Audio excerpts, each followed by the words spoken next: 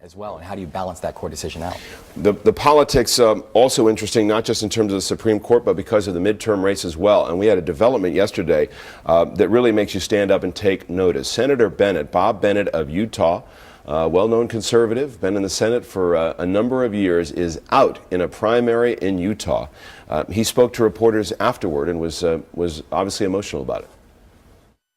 The political atmosphere obviously has been toxic, and it's very clear that some of the votes that I have cast have added to the toxic environment. I offer my congratulations, as I say, to whoever wins.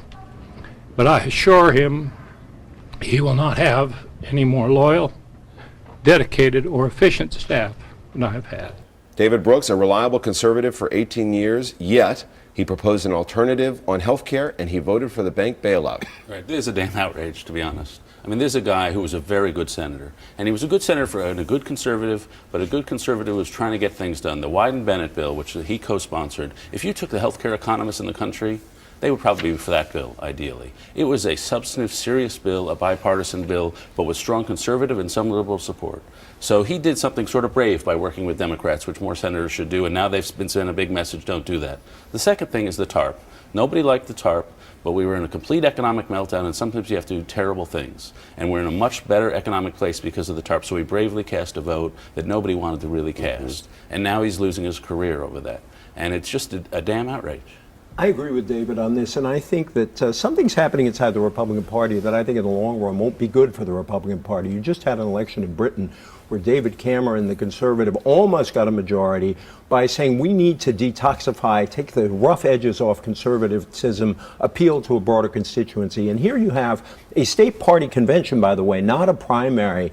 It's almost a nonviolent coup because they deny the sitting Republican senator even a chance of getting on the primary ballot. And I think the party, over the long run, risks a backlash among voters who may not be liberal at all, but don't like this kind of politics. And before people on the right crow too much about this, it is a party convention in Utah.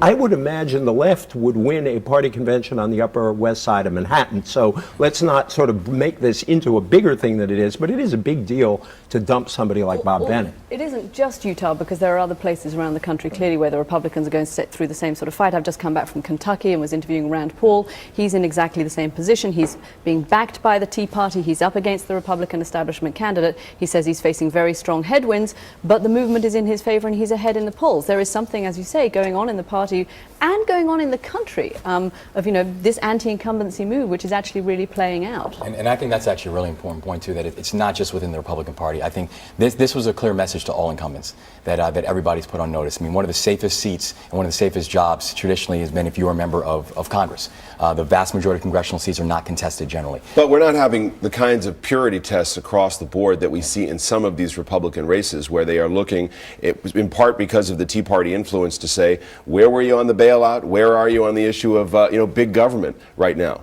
Right, and that's become the big argument. We talked about this show in the past. I think it's because people have a sense, and to be fair to the other side, which I disagree with, they have a sense, I went to high school. I worked hard, other people didn't. I started a company, I worked hard, other people didn't. And now I'm being taxed to bail out people who either didn't work hard or screwed up. I feel my basic values are being violated. And that's what's motivating these people, and I completely understand that. But the fact is, in government, you can be a conservative and still deal with the other side. And people like Senator Bennett or Lindsey Graham, they're solid conservatives who know how to deal with the other side, and you have to allow room for that in politics. Part of the debate that we're having that is a bigger debate